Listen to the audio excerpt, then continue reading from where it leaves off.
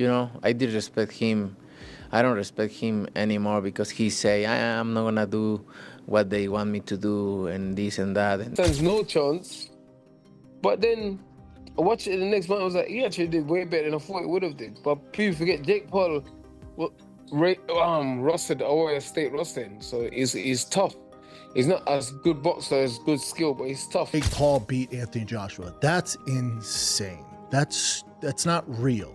That's not real in any facet. There was never a chance. There's never a chance. Canelo Alvarez humiliated Jake Paul after his fight with Anthony Joshua, saying he should stop pretending to be a real boxer. He mocked Jake for trying to step into a world far beyond his level, insisting he stick to what he actually is instead of copying professional fighters. Canelo made it clear that Jake's attempts in boxing were laughable and that he shouldn't act like Jake's right, but you need to do your best or do what you do, not try to be something else.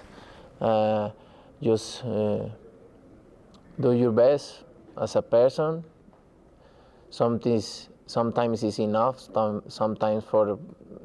Jake Paul stood no chance against Anthony Joshua, yet even he was surprised by how long Jake lasted. Jake showed toughness, likely from his wrestling background, and survived by playing it safe rather than trying to win. Still, this is where it should stop. Taking repeated heavy shots, broken jaws, and brutal mismatches is too much now. This isn't sustainable or smart. Even White makes it clear that if he faced Jake, it wouldn't last long. Jake proved toughness, but continuing down this path only risks...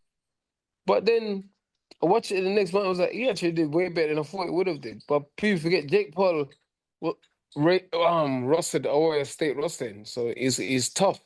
He's not as good boxer, as good skill, but he's tough. Wrestling is a very competitive sport in America, and to be a Ohio State wrestling level, you have to be they're physically tough and physically strong. So yeah, he was tough. That's why he survived in there. He did what he had to do in there. He got tagged with a few shots, and he did extremely well. AJ did poor. In those situations where the fighter is that negative and had those kind of tactics, he went to ground a few times, etc. I don't think people quite understand it. It doesn't matter who you are; it's quite difficult. People expect AJ within 20 seconds to literally, with the first punch thrown or the first jab thrown, just to knock him out. It's not that easy, is it? When a fighter is kind of going in there to just survive. It's always easier to beat someone that's coming to win than someone that's in there to survive. But they should have known that. They should have known that Jake Paul is never going to come to win. But it's just mad that AJ couldn't cut the ring off. He just made him run. He couldn't cut the ring off and hit with punches, and he was swinging and missing a few times. And obviously Jake Paul was hitting with a few punches. I was like, I was surprised that he and I was surprised that it took so much runs to get him out of there. And then when he did knock him out, he didn't knock him out. He broke his jaw and stuff, but Jake was all right. He just sort of just got up and just said, my jaw is broken. He didn't get sparked. I was kind of surprised. I was very surprised. Because that right hand was a big one. I thought, damn, okay. He took it and got up. So maybe Jake is a physically tougher and stronger person than people think he is. I'm assuming you don't blame Joshua for the money being talked about, 40, 50 million, for doing that. No. No. I'll take that. I'll definitely take that.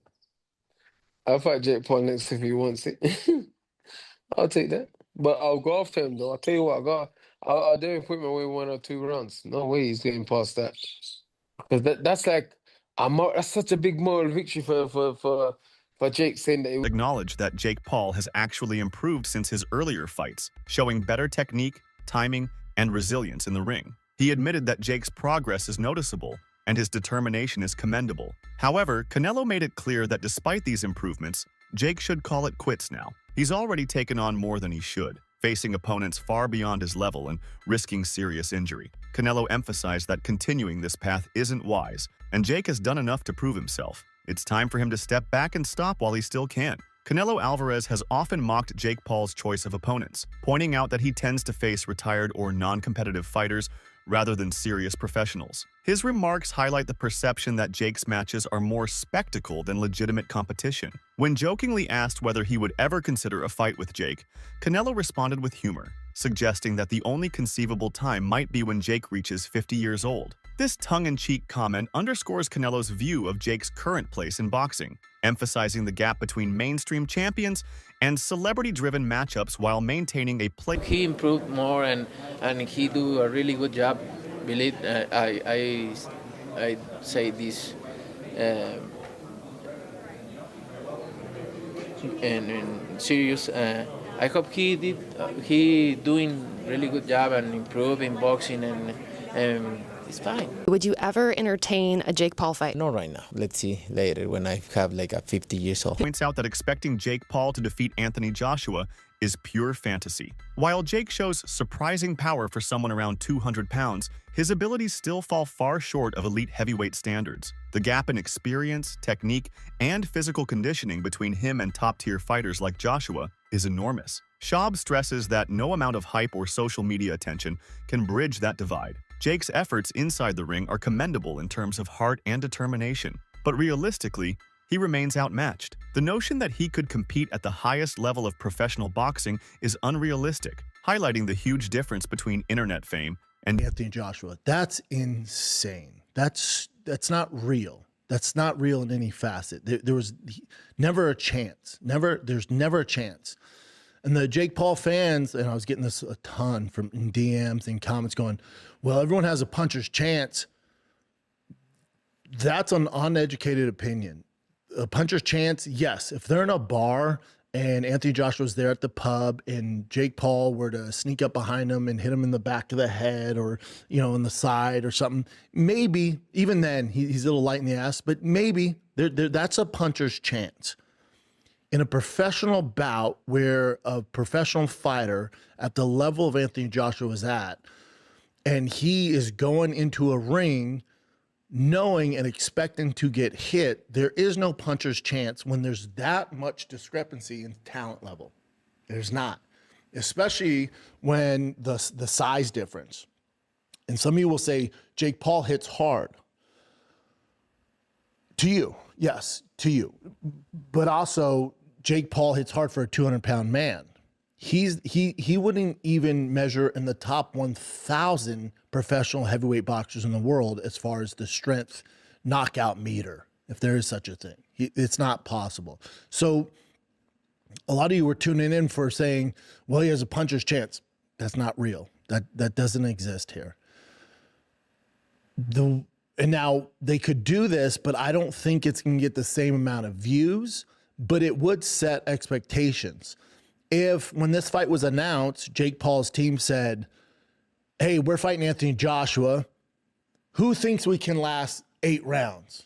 Who thinks we can go all 8 rounds? Who thinks Jake Paul can go 8 rounds? There's a candid assessment of Jake Paul's performance, acknowledging that he was able to make Anthony Joshua miss several times, a notable achievement given the disparity in experience. Booth highlights that Jake's footwork, movement, and positioning had clearly improved, showing a level of discipline not always seen in his previous fights. This tactical awareness forced Joshua to pause and readjust, preventing him from landing clean, continuous shots. While Jake is far from matching elite professional standards, Booth emphasizes that these moments reveal real progress, proving that with smarter movement and patience, he can make even top-tier opponents